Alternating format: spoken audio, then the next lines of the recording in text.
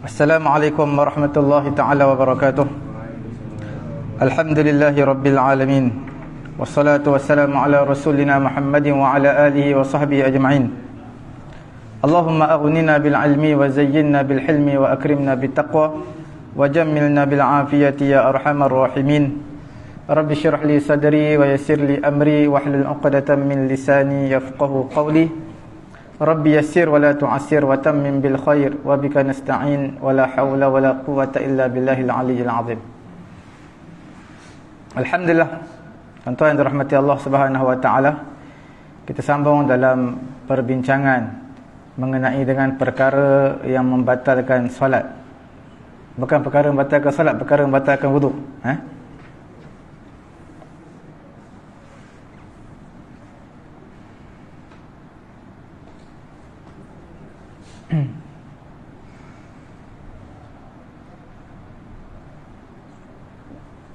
Bismillahirrahmanirrahim. Perkara yang membatalkan wudu, semuanya ada 5, sebahagian di kalangan ulama menyatakan 4. Apa yang dimaksudkan dengan perkara yang membatalkan wudu, iaitu sebab-sebab berakhirnya wudu, ataupun diberi satu ibarat yang lain, iaitu al-mubtilat, perkara-perkara yang membatalkan wudu.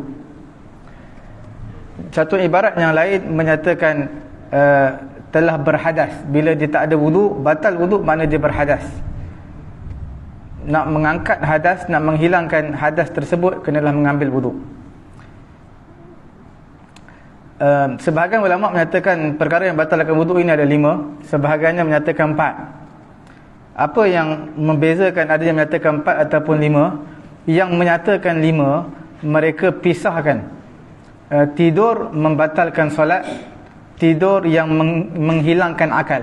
Tidur ni kita tak boleh berfikir, mana akal tak berfungsi, tidur.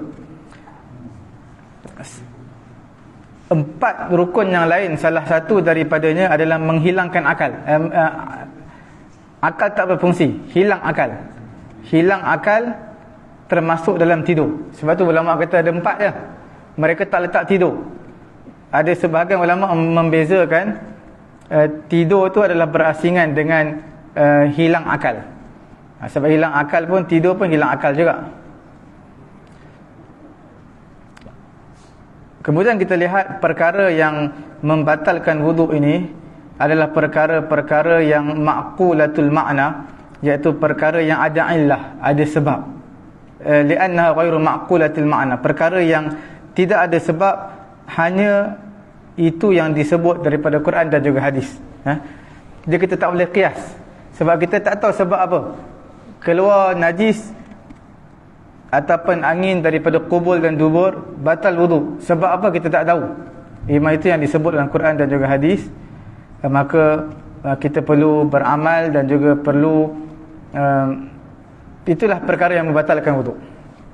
Tak boleh qiyaskan dengan perkara yang lain. Dan tidak membatalkan wudu seseorang yang baligh. Contohnya bila dia baligh, dia masih ada wudu lagi sebelum ni, maka wudu dia tidak batal. Tak perlu ambil wudu sekali lagi. Mungkin esok genap umur dia 15 tahun, baligh, wudu sekiranya masih ada wudu, maka tidak membatalkan wudu dia yang sebelum ini. Dan nanti kita akan bincangkan secara terperinci selepas ini mengenai perkara-perkara yang batal wudu. Semua saya sebut secara ijmal, secara tidak terperinci, iaitu antaranya adalah menyentuh kemaluan binatang juga tidak membatalkan wudu. Sebab kemaluan yang membatalkan wudu adalah kemaluan sendiri ataupun kemaluan manusia lain. Sama ada anak kita ke, bayi dan sebagainya. Kemaluan manusia membatalkan wudu. Kemaluan haiwan tak membatalkan wudu. Dan tak batal wudu makan daging unta, mengikut mazhab ataupun mengikut pendapat yang kuat dalam mazhab Syafi'i. Sebab Imam Nawawi menyatakan makan daging unta membatalkan wudu. Sebenarnya dua-dua hadis yang sahih. Dua-dua hadis yang kata batal wudu sahih, yang tak batal wudu juga sahih. Ulama Syafi'i menjawab mengenai dengan 2 hadis yang menyatakan makan daging wudu batal wudu, makan daging unta batal wudu, makan daging unta tak batal wudu.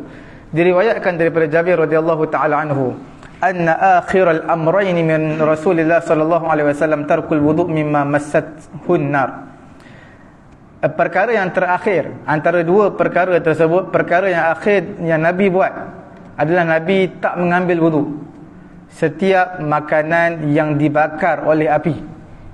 Awal-awal Islam dulu Nabi ambil wudu setiap makanan yang dibakar oleh api. Unta yang dibakar oleh api, masak atas api, kena mengambil wudu kalau kita makan. Akhir perbuatan Nabi daripada dua hadis tersebut, akhir Nabi tidak mengambil wudu. Dan tidak batal wudu dengan gelak di dalam solat, ketawa dalam solat. Sebab dalam mazhab Hanafi membatalkan solat dan wudu untuk orang yang ketawa dalam solat. Dan tidak batal wudu juga keluar najis daripada selain qubul dan jubur. Contohnya bisul, darah keluar, ataupun kita gatal, garu-garu berdarah, itu semua tidak membatalkan wudu. Apa yang keluar daripada selain daripada qubul dan juga dubur yang najis tidak membatalkan wudu. Seperti berbekam, dia dah berwudu kemudian dibekam, walaupun keluar darah yang sangat banyak, darah kotor, tetap tidak membatalkan wudu. Orang yang ditimpa dengan penyakit daimul hadas, sentiasa keluar air kencing, dia keluar setitik sentiasa keluar, dia kena balut supaya tak keluar, tidak menajiskan tempat lain. Untuk orang seperti ini juga hadas tak terangkat daripada dia, hadas tak terangkat, tapi bila dia mengambil wudu maka hukumnya sah dan dia niat untuk mengharuskan solat, sebab dia memang sentiasa berhadas, sebab dia takkan berhenti air kencing yang keluar daripada kemaluan dia. Kita secara ringkas 4 ataupun 5 perkara yang kita sebutkan tadi mengenai perkara yang batalkan wudu. Kita masuk perkara yang pertama yang secara terperinci, iaitu perkara yang membatalkan wudu. Ulama sebut yang keluar secara yakin, keluar daripada salah satu daripada dua jalan. Salah satu daripada dua jalan, qubul dan juga dubur, sama ada keluar tersebut di dalam solat ataupun di luar solat, ketika dalam solat ataupun di luar daripada solat, membatalkan wudu. Ini bila mana keluar tersebut dengan yakin, yakin keluar. Idza wajada ahadukum, Nabi bagi tahu dalam hadis, apabila salah seorang di kalangan kamu ada berasa sesuatu fi solati, dalam solat dia, fala yansarifu hatta yajida rihan aw yasma'a sautan. Jangan dia keluar daripada solat, jangan dia batalkan solat sehinggalah dia bau ataupun dia dengar. Mana manusia bila semayang kadang-kadang dia rasa was-was, rasa macam kentut, kadang-kadang bila bergesel punggung ni kadang-kadang macam keluar angin. Dia bila rasa macam tu, Nabi kata jangan batalkan wudu, tak perlu batalkan semayang pun, teruskan semayang sehinggalah kalau ada bau kentut maka batal, mana memang betul kamu kentut, ataupun kamu dengar bunyi maka batal. Kalau tak ada maka teruskan semayang seperti biasa. Hadis riwayat Imam Hakim. Daripada Imam Ahmad, dia kata inna syaitan la ya'ti ahadakum fi salatihi fayakhudhu sya'ratan min duburihi fayamudduha fayara annahu ahdatha fala yansarif hatta yasma'u sautan aw yajida rihan. Syaitan ni dia akan main dekat dubur kita supaya rasa was-was, macam keluar angin. Maka Nabi jangan keluar sampailah kamu dengar bunyi ataupun kamu bau. Sama juga seseorang yang melihat pada kemaluan dia basah, sama ada lelaki ataupun perempuan, basah, maka tidak batal wudu. Tidak batal wudu sekiranya kebarang kalian berlaku perkara tersebut adalah sebelum daripada solat. Sebelum daripada bukan. Maksudnya bila seluar basah ataupun nampak macam ada kesan air kencing ke apa basah, maka selagi kita tak yakin itu bukan air kencing, maka tak perlu kita ambil wuduk semula. Melainkan basah yang jelas keluar pada kemaluan kita, kita lihat sendiri keluar, maka itu yang batal.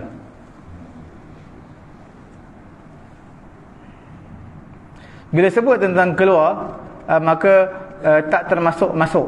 Bila masuk tak membatalkan wuduk. Keluar daripada kubul, keluar daripada dubur, batal. Masuk sesuatu dalam kubul dan juga dubur, masuk ubat ke, ataupun masuk kita panggil wire untuk keluarkan kencing, tiup, masuk tiup tu juga tidak membatalkan wuduk. Sebab yang membatalkan wuduk keluar, bukan masuk.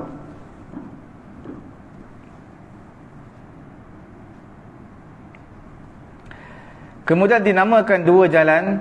Sebab apa dinamakan dua jalan? Kerana itu adalah jalan keluar untuk kencing, hadas kecil dan juga hadas besar. Untuk keluar, buang air kecil dan juga buang air besar. Okey. Sama juga seseorang yang mempunyai kemaluan dua, sama ada kubul dua ataupun dubur dua ke, maka tetap perkara tersebut sentuh je batal wuduk dia.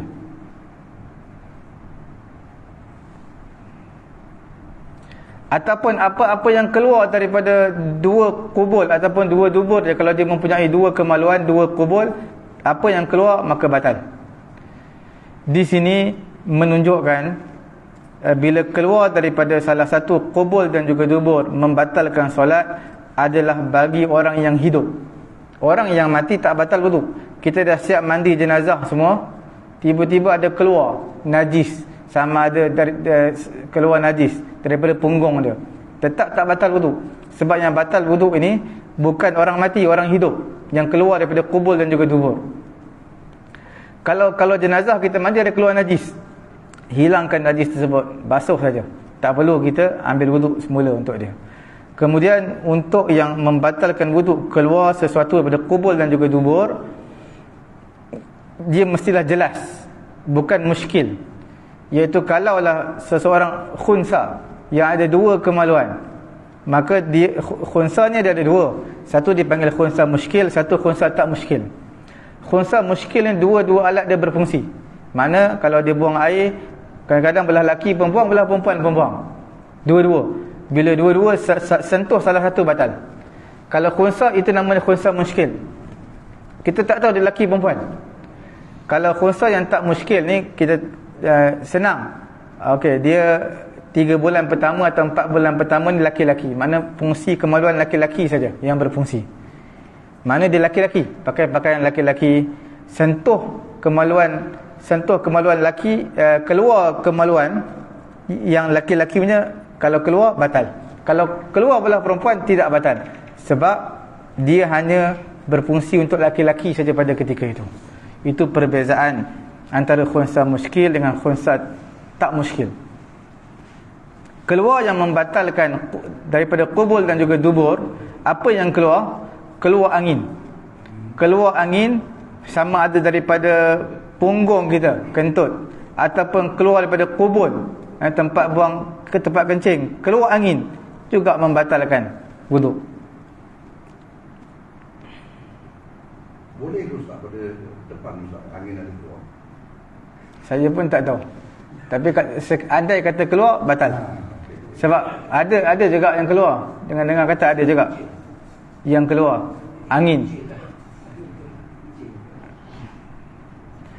Okey, keluar daripada kubul ataupun dubur ini sama ada benda yang biasa keluar atau benda yang tak biasa keluar. Benda yang biasa, contohnya dia keluar air kencing, batal. Benda tak biasa keluar, cacing yang keluar daripada kemaluan dia, ataupun batu yang keluar, ataupun apa yang keluar, tetap membatalkan wuduk dia. Benda yang biasa ataupun benda yang luar biasa keluar daripada kubul dan juga dubur, sama ada sedikit ataupun banyak, sama ada kering ataupun basah, sama ada dipaksa keluar ataupun tak dipaksa keluar, tetap apa yang keluar kubul dan juga dubur membatalkan wuduk. Membatalkan wuduk. Contoh yang tidak benda yang keluar yang jarang, yang luar biasa, jarang-jarang keluar, yang luar biasa tetapi dia suci, tetap membatalkan wuduk. Sama ada daripada kubul dan juga dubur. Contoh keluar ulat. Ulat ni suci. Bila keluar ulat kita sentuh dia tidak najis. Ulat suci. Tapi bila keluar daripada kubul ataupun dubur, maka tetap batal wuduk. Ataupun keluar tersebut yang luar biasa tapi bukan suci, yang najis. Contoh dia kencing, keluar darah yang keluar, tetap batal wuduk, sama je. Apa-apa yang keluar, kubul dan juga dubur, semua membatalkan wuduk. Melainkan air mani yang keluar, air mani dia sendiri yang keluar, itu tidak batal wuduk. Masuk mani dia sendiri, kalau mani orang lain batal wuduk lah. Contoh bersama dengan isteri dia, kemudian isteri lepas mandi keluar, itu bukan mani dia, mani suami dia contohnya. Di sini maksudnya adalah mani dia sendirilah. Kemudian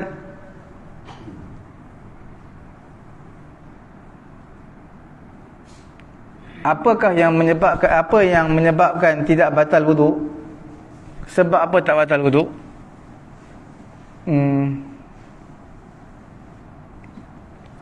Ulama menyatakan segala yang keluar daripada kubul dan juga dubur semua membatalkan wuduk, melainkan mani saja yang keluar daripada kubul tak batalkan wuduk.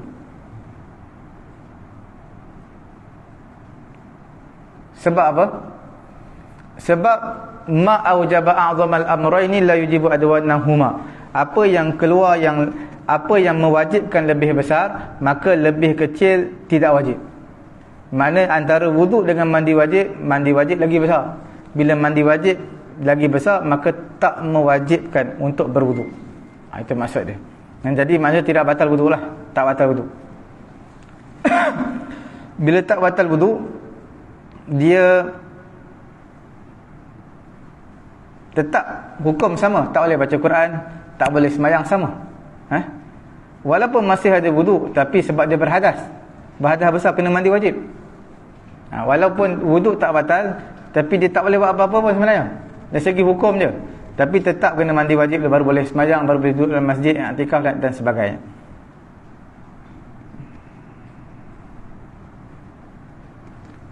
Hukum yang sama bagi keluar mani ni, hukum yang sama adalah perempuan yang melahirkan anak dalam keadaan kering.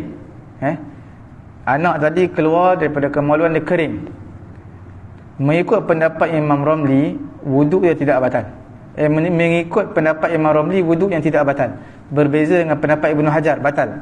Bila keluar daripada kubul perempuan, daripada saluran orang perempuan, keluarnya bayi, walaupun kering, bayi tadi kering keluar, pendapat Imam Ramli kata wuduk dia tidak batal. Pendapat Ibnu Hajar kata batal. Tapi mandi tetap kena mandi, wajib.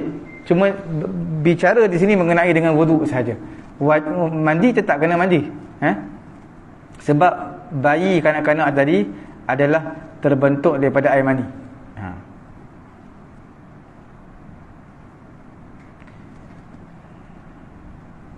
Perempuan tu boleh sembahyang tak Ustaz?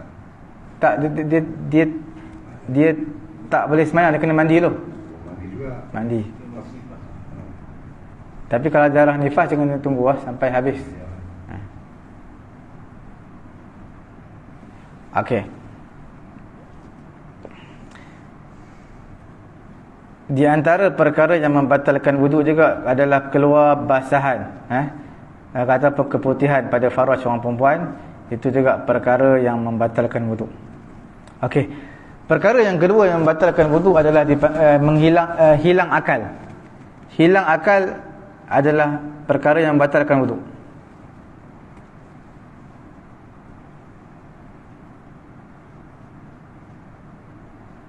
Kita lihat apa yang dimaksudkan dengan hilang akal. Hilang akal di sini bermaksud dia tak tahu beza. Tuan punya badan, dia tak tahu beza ini baik ataupun tak baik. Ini dia tak dapat berfikir lah, tak dapat berfikir. Maka wuduk, maka itu dimaksudkan hilang akal. Batal wuduk dia.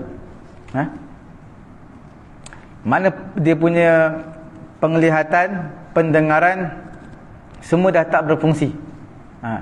Hilang akal dia.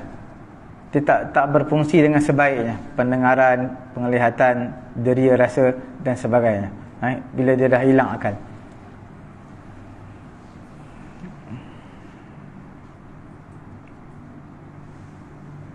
Okey.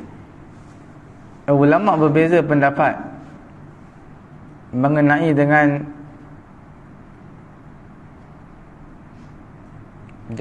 akal ini ada kaitan dengan hati ataupun tidak, tak apalah. Itu kita tak boleh sebut. Okey. Diriwayatkan oleh Imam Tirmizi, seorang lelaki berkata, "Ya Rasulullah, ma aqala fulanan an-nasrani." Betapa bijaknya si fulan ni, orang Nasrani. Maka Nabi kata, "Mah, cukup. Innal kafira la aqla lahu." Sesungguhnya orang kafir ini tidak ada akal bagi dia. Orang kafir kafir tidak ada akal. Kemudian Nabi kata, "Ama sami'ta qaulallahi ta'ala." Tidakkah kamu mendengar firman Allah Ta'ala, "Wa qalu law kunna nasma'u aw na'qilu ma kunna fi ashabis sa'ir." Mereka berkata, kalaulah kami, orang kafir kata, kalaulah kami dahulu di kehidupan dunia, kami dengar apa yang disampaikan oleh Nabi kami, au na'qil, ataupun kami berakal, mana kami berfikir, kami guna akal kami, ma kunna fi ashabis sa'ir, pasti kami tidak akan masuk dalam neraka sa'ir. Jadi di sini majoriti ulama menyatakan maksud daripada ayat ini, orang kafir kata kami tak berakal, maksudnya adalah tidak memanfaatkan akal di kehidupan dunia. Bila dibaca ayat Quran, Nabi beri peringatan, mereka tak nak dengar. Hilang akal dengan sebab tidur, secara yakin. Tidur, ada orang dia rasa macam tidur tapi bukan tidur. Tidur secara yakin, memang yakin dia tidur. Kalau dia ragu-ragu, dia tidur, dia ragu-ragu, tadi ni tidur ke ataupun mengantuk ke tidur tadi. Untuk kalau dia was-was, maka dia rasa ragu-ragu, dia rasa syak, maka wuduk dia tidak batal. Sebab wuduk ini akan batal dengan sebab yakin. Yakin batal.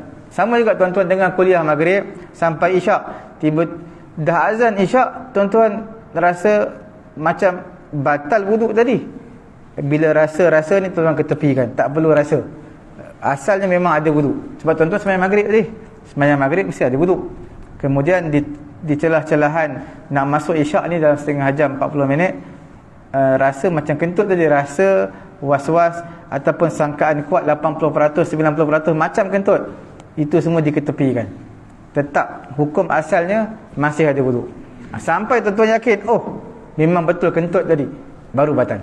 Selagi tak yakin, maka tak batal wuduk. Sama juga dengan tidur. Di antara tanda-tanda tidur adalah mimpi. Kalau dia mimpi, maknanya dia tidur tu. Sebab seseorang tak akan mimpi melainkan dia kena tidur tu. Dan di antara tanda-tanda mengantuk, dia ada tanda-tanda tidur. Bila mimpi, maknanya dia tidur. Ada tanda-tanda mengantuk. Bila tanda mengantuk ni, dia dengar orang cakap tapi dia tak faham, sebab akal tak berfungsi. Dia dengar tapi dia tak boleh faham. Macam tuan-tuan sembahyang subuh lah, bila imam baca panjang sangat, tuan-tuan berdiri sembahyang ni tapi tak tahu imam baca apa. Kadang-kadang baca ayat lazim, makmum tak tahu sebab dia mengantuk sangat. Bila mengantuk, dia dengar suara imam baca tapi tak tahu apa yang imam baca, surah apa, walaupun surah yang dia hafal, sebab dia mengantuk. Sekiranya seseorang itu yakin dia mimpi, dia yakin dia mimpi tetapi dia ragu-ragu dia tidur ke tidak, batal lah. Sebab bila mimpi pasti dia tidur, walaupun dia ragu-ragu dia tidur ke tak, sebab dia mimpi memang dia tidur. Sebab mimpi itu adalah salah satu daripada petanda tidur.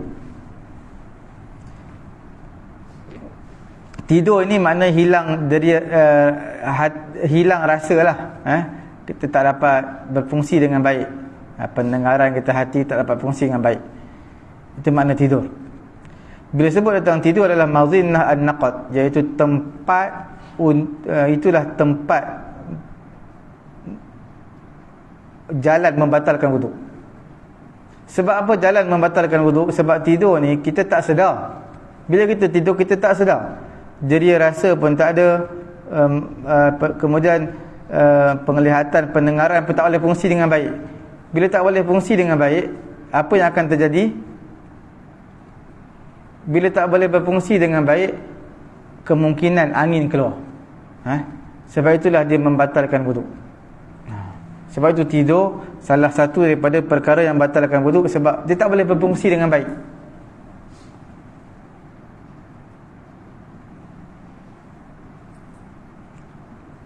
Kalau angin keluar pun dia tak sedar. Walaupun kita kata saya tidur tapi memang tak keluar angin, macam mana dia boleh tahu dia tak keluar? Kemungkinan keluar. Bila ada kebarangkalian keluar angin ketika dia tak sedar, maka kebarangkalian tu diambil kira, maka batal wuduk dia. Nabi SAW menyatakan, al-ainu wika'us sahi, faman nama falyatawadda. Mata ini macam satu ikatan lah, ikatan. Bila kita buka, mana kita sedar apa yang berlaku. Tapi bila mata dah tak berfungsi, mengantuk sangat, tidur, maka kita tak peka keadaan sekeliling. Kemudian Nabi kata, faman nama falyatawadda. Siapa yang tidur, maka hendaklah dia berwuduk. Tidur duduk, Ustaz. Tidur wuduk tak? Macam orang tua kan, kadang duduk saya kan dia boleh tertidur. Tak, tidur duduk tak? Tidur baring maksud dia. Tidur yang ada kebarangkalian angin akan keluar. Kalau tuan-tuan tidur khutbah jemaah, tidur nyenyak, bermula sebelum lepas azan pertama dah tidur dah. Sampai bila? Sampai iqamat, baru sedar. Tetap tak batal wuduk. Tapi tuan-tuan kena pandai lah. Bila duduk, tuan-tuan tak sendiri yang terasa punggung. Bila kita dah tahu kita letih sangat, maka kita akan prepare untuk kita tidur lama, tak nak bagi keluar angin. Kita saja yang tahu macam mana kedudukan tidur supaya angin tak keluar. Maka kita rapatkan punggung kita, dua punggung kita rapatkan, tidur, jadi angin tak keluar, maka tidak batal wuduk. Sebab dia tak ada cara yang khusus. Sebab punggung ada yang gemuk, ada yang kurus, jadi dia sendiri saja yang tahu macam mana tidur yang angin tak boleh keluar. Diri dia saja yang tahu. Hadis daripada Safwan mengenai dengan Ayu Umar bil wudu, adakah diperintahkan wudu kerana tidur? Pernah ditanyakan, adakah wa hadza kulluhu fi naumi ghairil anbiya. Semua bentuk tidur ni selain daripada nabi, maka membatalkan wudu. Tidur yang ada, yang tak tetap papan punggung lah kita panggil, tak tetap papan punggung. Tidur tak tetap papan punggung selain daripada Nabi, membatalkan wuduk. Nabi tidur tak batal wuduk. Nabi tidur baring pun tak batal wuduk. Sebab apa tak batal? Sebab Nabi SAW bagi tahu, tanamu a'yununa wala tanamu qulubuna. Mata kami pejam, tidur, tapi hati kami sedar, hati kami berjaga, hati kami tidak tidur. Berbeza dengan kita. Kita tidur bukan kata mata hati-hati sekali tidur.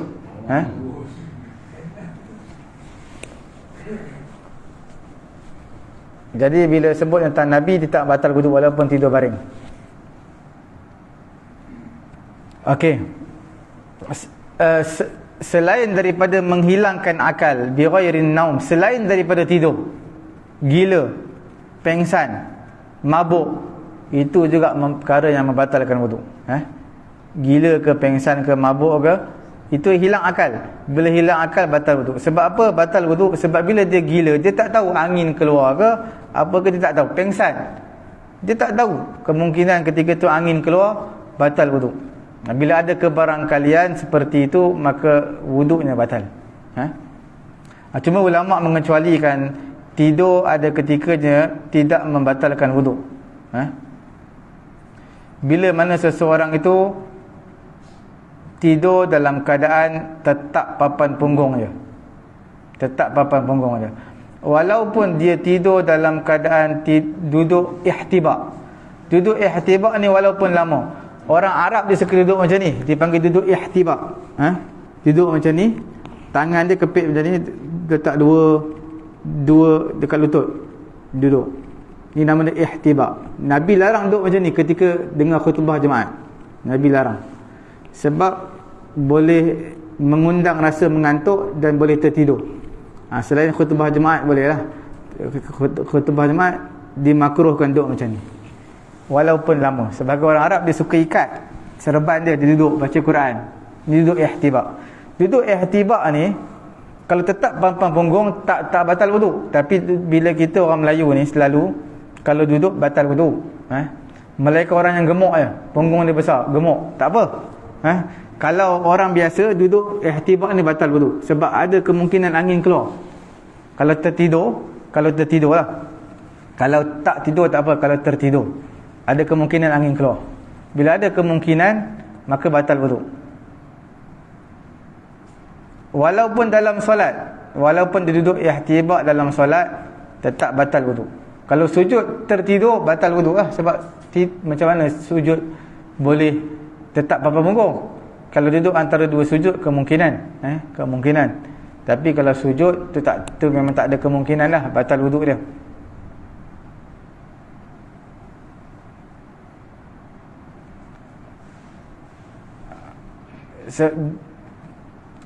Sebab apa duduk tetap papan punggung tidak membatalkan wuduk ataupun duduk ihtiba? Kerana sahabat-sahabat Nabi radhiyallahu taala anhum, mereka pun tidur juga ketika mana mereka menantikan solat Isyak bersama Nabi. Ini hadis ni mengenai dengan mereka solat Isyak lewat sebab solat Isyak ni ada dua. Ada yang awal waktu disunatkan, ada yang pada pertengahan malam semayang Isyak dilewatkan. Tapi yang afdal dalam mazhab Syafi'i adalah awal waktu yang afdal dan juga sunnah. Sahabat Nabi tunggu Nabi keluar untuk jadi imam sembahyang Isyak. Mereka tunggu sampai tersengguk-sengguk kepala mereka. Sengguk-sengguk. Mereka tidur lah, maknanya duduk dalam keadaan tidur tunggu sembahyang. Kemudian bila Nabi keluar nak jadi imam, terus mereka sembahyang, mereka tak ambil wuduk. Ini menunjukkan mereka tidur dalam keadaan tetap papan punggung. Bukan mereka tidur berbaring, tak. Mereka tidur duduk, papan punggung mereka tetap.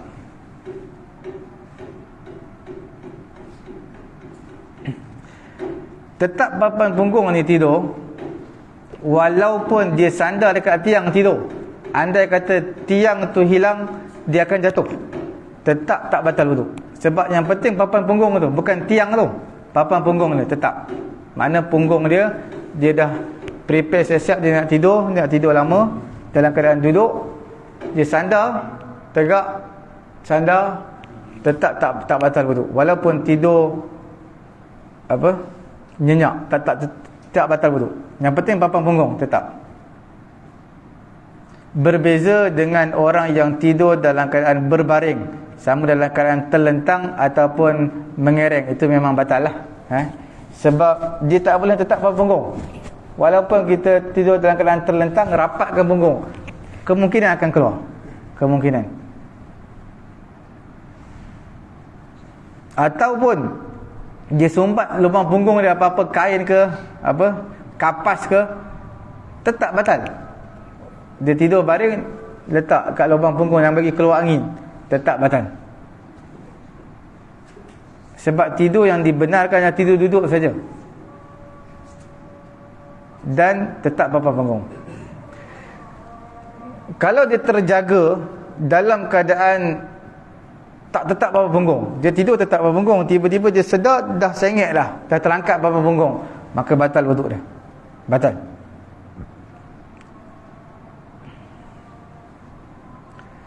Sebab apa batal? Sebab kemungkinan ketika mana dia dah sengit tu, waktu tu angin keluar. Bila ada kebarangkalian seperti itu, batal.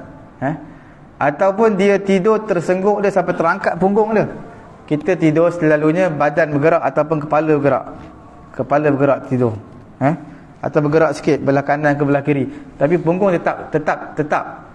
Tapi kalau dia tidur sampai terangkat punggung dia, maka pada ketika itu batal. Walaupun terangkat sekejap. Sebab sekejap tu kemungkinan ada angin keluar.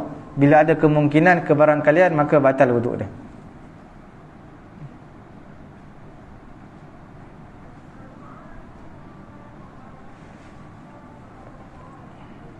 Okey. Perkara yang ketiga. Semua ada 4 ya, batal wuduk. Perkara yang ketiga adalah menyentuh kulit antara lelaki dan juga perempuan. Pembahasan dia panjang sikit lah. Berdasarkan ayat Quran, semua perkara-perkara yang batalkan ni semua dalam Quran, dalam Quran ataupun hadis. Dia tak boleh kias-kias. perkara batalkan wudu. Apa yang hadis sebut, Quran sebut, itu saja. Dia tak boleh qiyas benda lain. Sebab dalam bab ibadat dia tak sama dengan bab-bab lain. Apa yang hadis, Quran sebut, itu je. Perkara pertama yang kita bagi tadi, kubul dan juga dubur.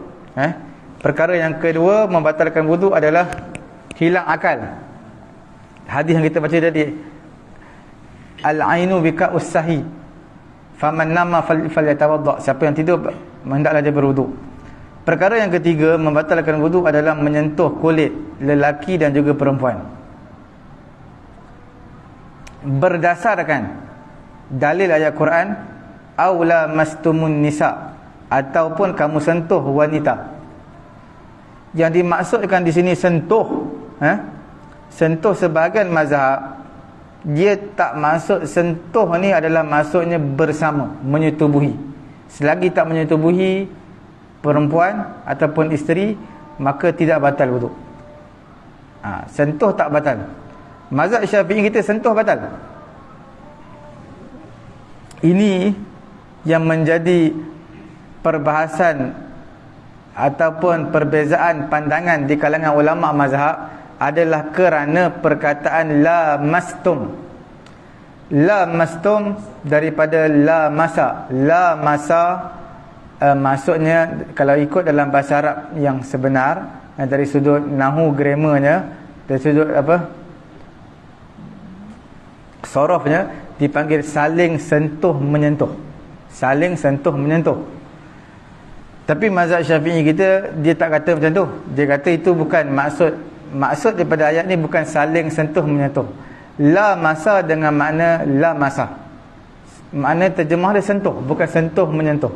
Bukan saling sentuh menyentuh, tidak. Ayat Quran yang kita bacakan, aula mastumun nisa, Allah Ta'ala apabila sebut tentang ayat membatalkan wudu, Allah Ta'ala letakkan dan pada la mastumun nisa, iaitu bagi mereka yang menyentuh wanita. Wa in kuntum marda, sekiranya kamu sakit, aw ala safar, ataupun kamu dalam keadaan bermusafir, aw jaa ahadun, ataupun salah seorang di kalangan kamu daripada ghaib, daripada toilet. Maksudnya tujuan pergi toilet apa? Untuk buang air kecil, buang air besar lah. Maknanya buang air kecil, buang air besar. Ataupun aula mastumun nisa, sentuh wanita. Semua ini perkara yang membatalkan wudu. Imam Asy-Syafi'i rahimahullahu ta'ala menyatakan, yang dimaksudkan sentuh di sini adalah sentuh semata-mata, bukan maknanya jima', bukan makna menyetubuhi, bukan. Sentuh batal. Kerana Imam Syafi'i hujah dia dari segi lughah, dari segi bahasa. Bahasa perkataan la masa perkataan satu kalimah ini, ulama berbeza-beza dalam menterjemahkannya. Bila berbeza-beza, maka hukum pun berbeza. Imam Syafi'i dia mahir dalam bidang lughah, dalam bidang bahasa. Jadi dia menyatakan la masa di sini dari sudut bahasa bermaksud la masa, sentuh. Dia mengambil dalil daripada Quran. Quran ada sebut juga wa anna lamasnas sama, bahawasanya kami lamasnas sama, kami sentuh langit. Makna sentuh bukan makna menyetubuhi. Sebab mustahil macam mana jin boleh menyetubuhi menyetubuhi langit. Jadi dekat sini bukan makna menyetubuhi. Takkan jin menyetubuhi langit. Maksud di sini jin menyentuh langit. Baru betul. Jadi di sini Imam Syafi'i berhujah la masa bermaksud, bukan maksud menyetubuhi, maksud sentuh. Sayyidina Umar radhiyallahu taala anhu menyatakan, Sayyidina Umar dia kata, man jassa au qabbala falyatawadda. Siapa yang sentuh dengan tangan, jassa makna sentuh dengan tangan, ataupun cium isteri dia, perempuan, isteri dia, maka hendaklah dia berwudu.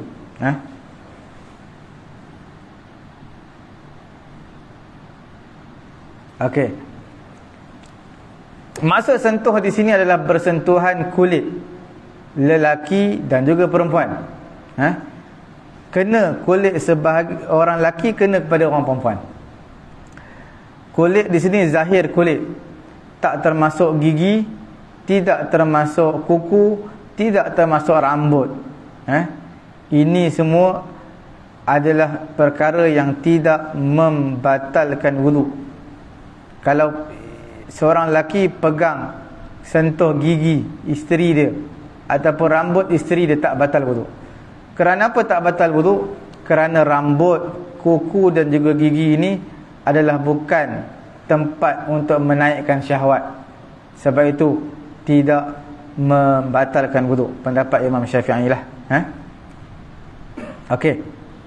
Yang dimaksudkan laki dan juga perempuan bersentuhan kulit, itu yang batal. Laki dengan laki tidak batal, perempuan dengan perempuan juga tidak batal.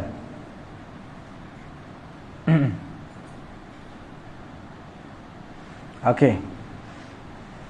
Kemudian yang batal tersebut hendaklah lelaki tadi dewasa, perempuan pun dewasa juga. Kalau kanak-kanak tak batal. Kanak-kanak umur perempuan umur 4 tahun kita sentuh, tak batal. 5 tahun tidak batal, sebab dia masih kanak-kanak.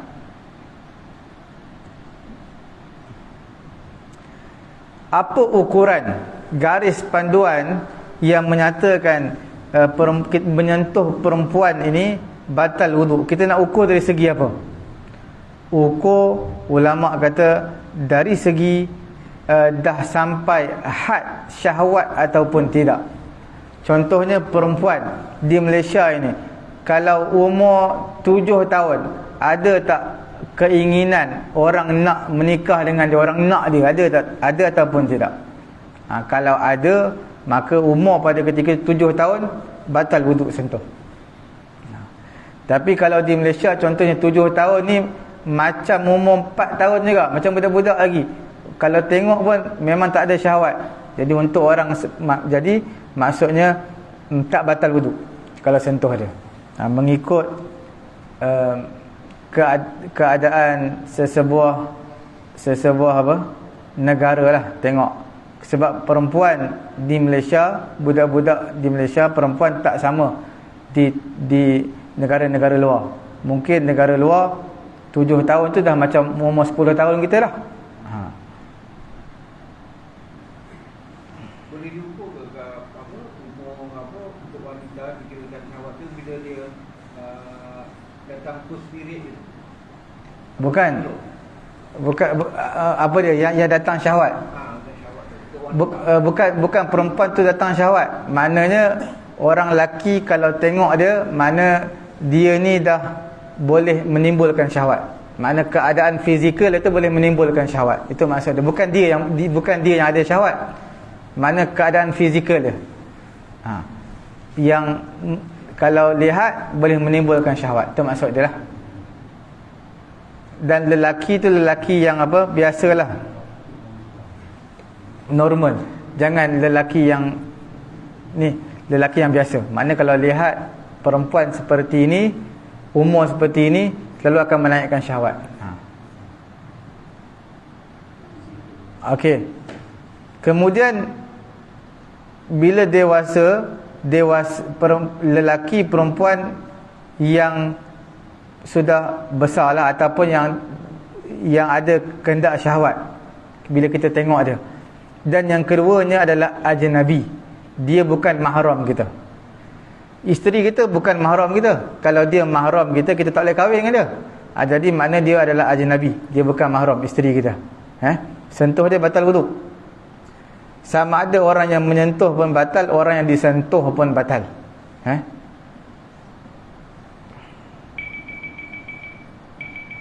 Berbeza dengan dua-dua mahram. Lelaki perempuan tu mahram, adik-beradik ke, mak ayah ke, tu tidak batal wudu.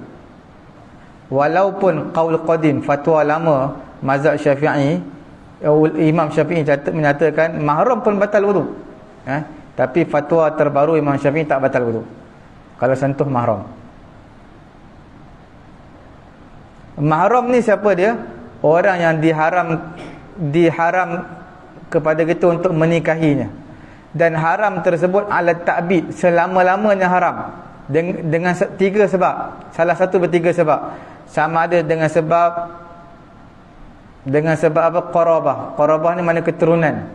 Keturunan ni maksudnya sama ada dia mak kita ke, dia makcik kita, adik-beradik ayah kita ke, adik-beradik mak kita, itu dia panggil sebab keturunan. Kita tak boleh kahwin, dia mahram kita.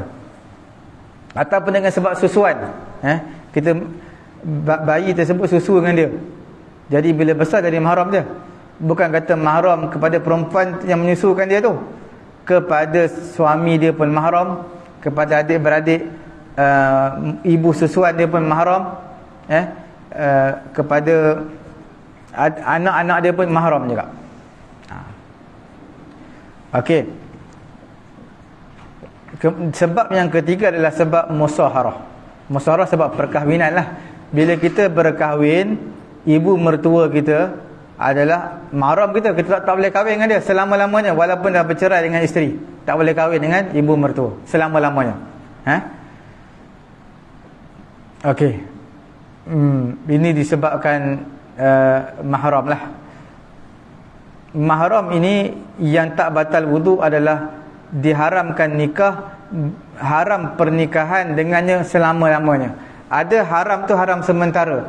Macam kita kahwin dengan isteri kita, kita tak boleh kahwin dengan adik-beradik isteri kita. Jadi adakah batal sentuh mereka? Batal. Sebab dia bukan haram selamanya. Isteri kita mati ataupun cerai dengan isteri kita, boleh kahwin dengan kakak dia, adik dia. Jadi itu bukan mahram yang selama-lamanya. Kalau ibu mertua memang mahram selama-lamanya. Ataupun kita kahwin dengan isteri kita, kita tidak boleh bersalaman ataupun kita tak boleh berkahwin dengan anak saudara kepada isteri kita. Anak saudara kepada isteri kita makna sama ada anak kepada adik isteri kita ataupun anak kepada apa? Kakak isteri kita. Kita tak boleh kahwin dengan dia, kita tak boleh salam. Sebab dia adalah dia mahram juga, tapi mahram yang sementara. Tapi bila isteri kita mati, kita boleh kahwin dengan anak saudara kepada isteri kita. Bukan anak saudara kita. Anak saudara kita memang kita tak boleh kahwin lah. Itu memang tak boleh kahwin. Sampai bila-bila. Anak saudara isteri kita.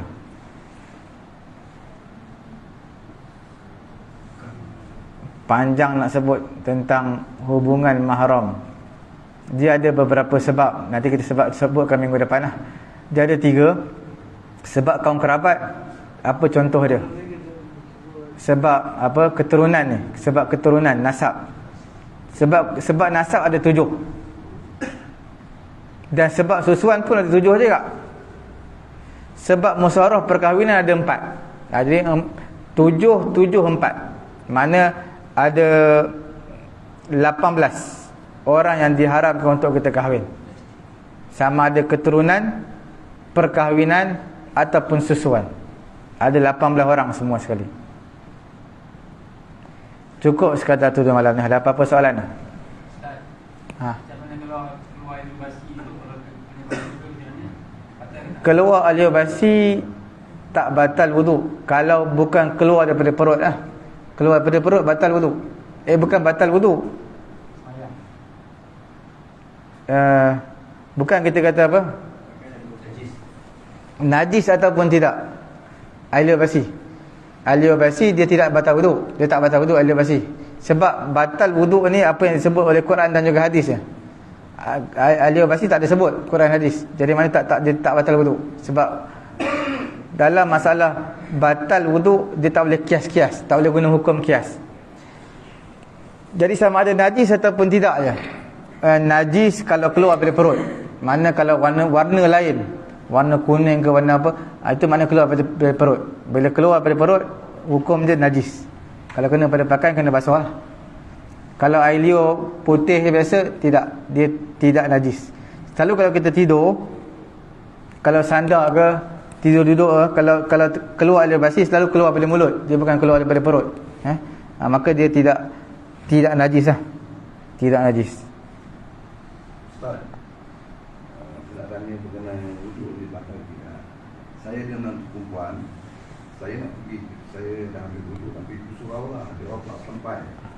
Bila sampai kalau saya salam dengan menantu perempuan saya tu, Menantu perempuan tak apa, sebab dia kita tak boleh berkahwin dengan dia. Walaupun anak kita mati, kita tak boleh kahwin dia. jadi maknanya tak, saya punya wuduk sah lah, Sah. sah. Dia sebab dengan ayah mertua kita, ibu mertua kita tak boleh kahwin. Walaupun selepas sama ada meninggal ke cerai ke, tetap dia tak boleh kahwin dengan ibu atau ayah mertua dia. Selama-lamanya Ustaz ya. Ya, selama-lamanya. Lagi satu Ustaz, tadi ada Ustaz cakap kalau itu mabuk atau pengsan dia, wuduk dia batal. Tapi kalau misalnya dia pitam lah Ustaz, pitam ni bukanlah macam dia pengsan lah, macam tiba dia macam pusing kepala dia. Pitam tu akal masih berfungsi ke tak? Masih boleh berfungsi lah. Masih berfungsi lagi. Kalau masih berfungsi sah. Sebab dia batal tu sebab akal tak berfungsi. Bila akal tak berfungsi, dia tak tahu dia ada sesuatu yang keluar daripada punggung dia ataupun tidak. Tapi kalau dia pitam, dia masih sedar. Maknanya dia masih, bila masih sedar, akal masih berfungsi, mana dia tahu dia ada keluar angin ke tak. Sebab yang kata pengsan, semua ni membatalkan wuduk kerana dia tidak sedar, akal tak fungsi. Bila akal tak fungsi, dia tak tahu keluar angin ke tak. Bila dia tak tahu keluar angin ke tak, maka hukumnya batal, dikira seolah-olah telah keluar. Walaupun tidak keluar, walaupun tidak keluar angin, tapi diandaikan keluar sebab dia tidak sedar. Okey. Kasar lagi mana akal dia berfungsi lah. Akal berfungsi.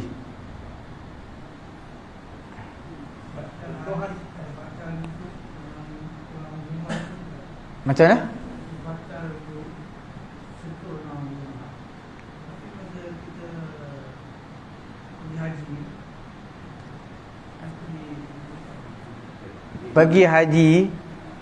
Pergi haji muzakarah apa? Tabung haji. Dulu dia suruh ikut mazhab lain. Sekarang tak dah. Ikut pendapat kedua dalam mazhab Syafi'i kita. Sebab mazhab Syafi'i sentuh perempuan mengikut pendapat yang kuat. Orang yang menyentuh, orang yang disentuh batal. Itu pendapat yang kuat. Ada pendapat kedua dalam mazhab Syafi'i, pendapat tidak kuat.